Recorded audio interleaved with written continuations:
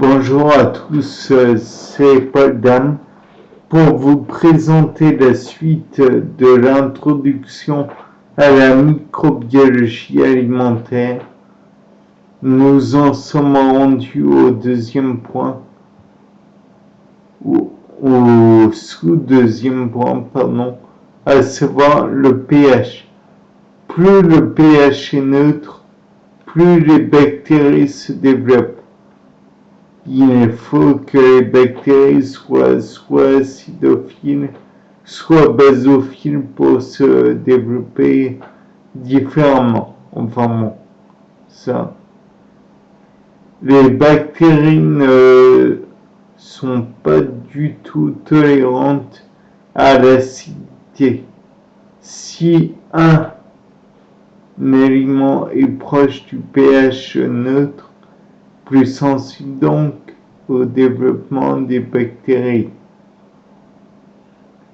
3. L'AW, activité de l'eau, activity of water, peut-être. En alimentaire, on ne parle pas de teneur en eau, mais de disponibilité en eau. Quand 0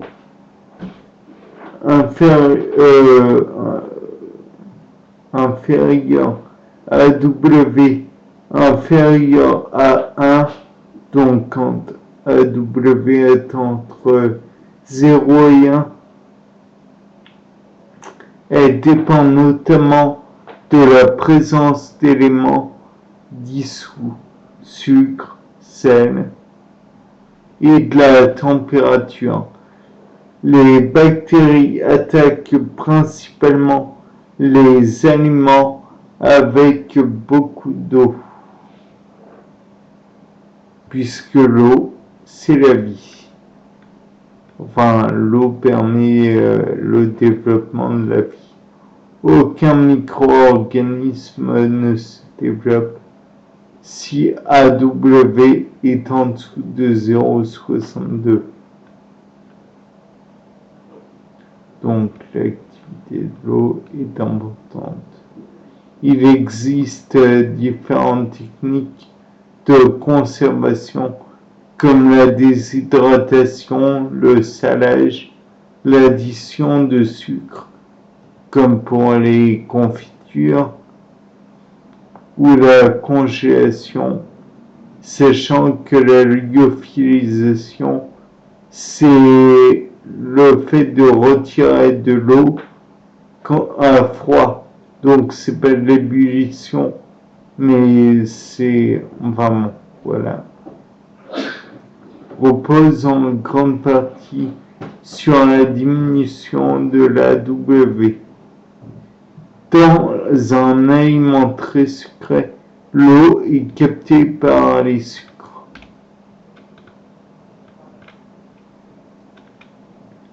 Quatrième point, l'oxygène et le stress oxydatif.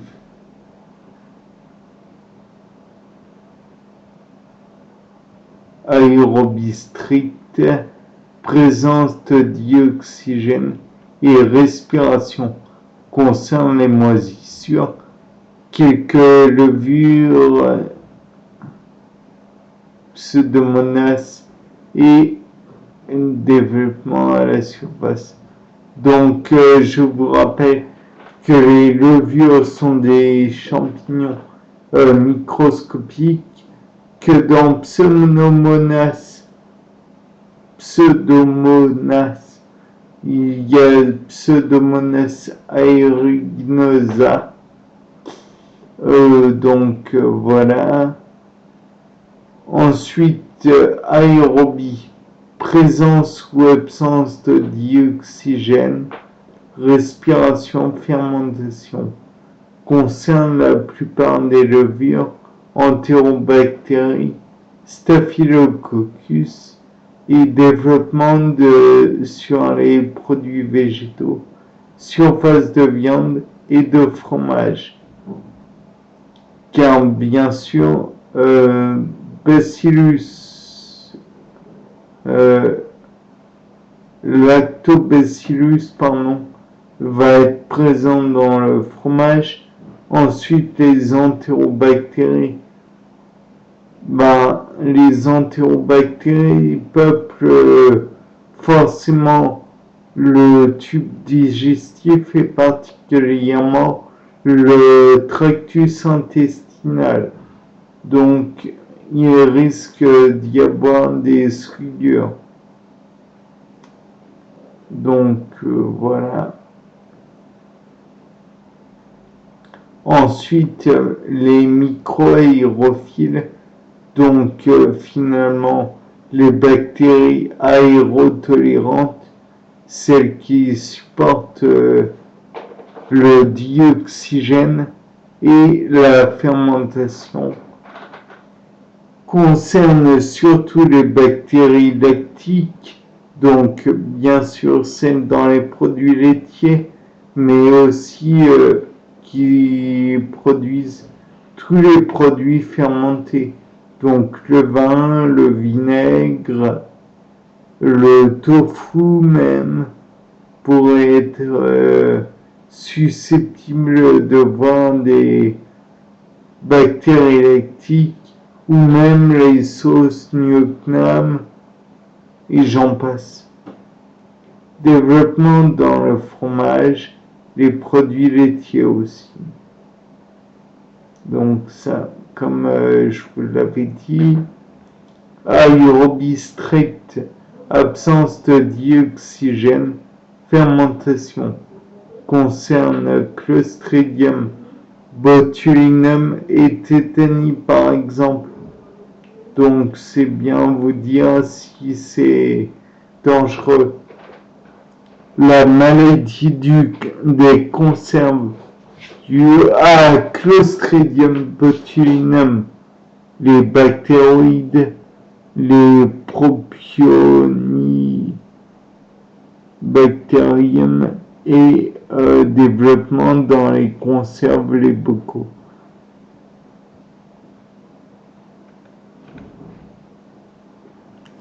Les facteurs de développement des micro-organismes dans l'aliment, facteurs industriels, ce sont les paramètres externes à l'aliment liés à son environnement. La température, la majorité des micro-organismes, et en particulier les pathogènes, sont mésophiles. Donc, ils oscillent entre les températures extrêmement froides ou simplement froides et les températures chaudes.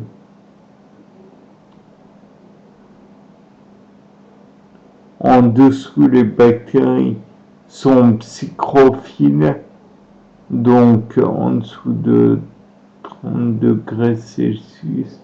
Et au-dessus, elles sont thermophiles à une température supérieure à 50 degrés Celsius. Importance de la chaîne du chaud et de la chaîne du froid. Dans l'industrie agroalimentaire, c'est extrêmement important de faire attention à la chaîne du froid pour qu'elle ne soit pas rompue. Et à la chaîne du chaud aussi en même temps. Dans les industries, zones interdites de température de stockage, car dangereuses, multiplication rapide des micro-organismes, les risques sont maximum.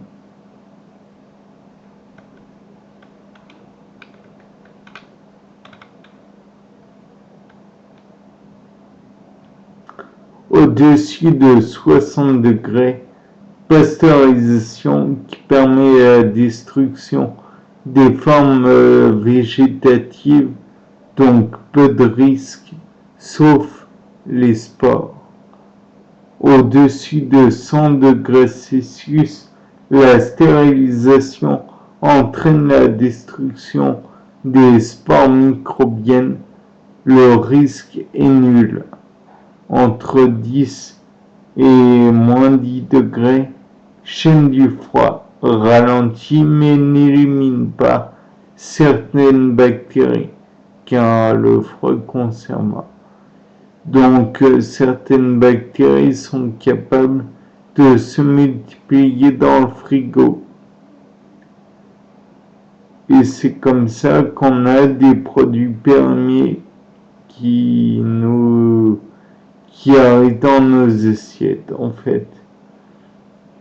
La spore est une forme de vie de la bactérie qui ne se nourrit pas, est incapable de se multiplier, est incapable de produire des toxines. Le problème est qu'elle résiste aux antimicrobiens, résiste aux irradiations et elle peut survivre jusqu'à 110 degrés. C'est un mode de vie donc très résistant.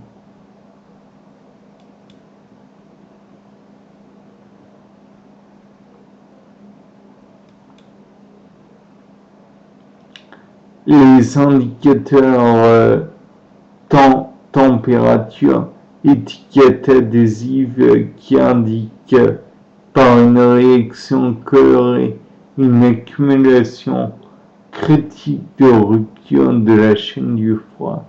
Elle contient un milieu nutritif et un indicateur coloré qui lui donne la couleur verte initiale. On y introduit des bactéries lactiques sélectionnées selon le paramétrage de l'aliment à tracer selon le profil temps-température suivi par l'aliment étiquette. Les bactéries se multiplient plus ou moins rapidement, tout comme celles de l'aliment. Il en résulte une baisse du pH du milieu, plus ou moins rapide, laquelle provoquera le changement de couleur du vert au rouge de l'indicateur, signalant l'épuisement du capital temps-température.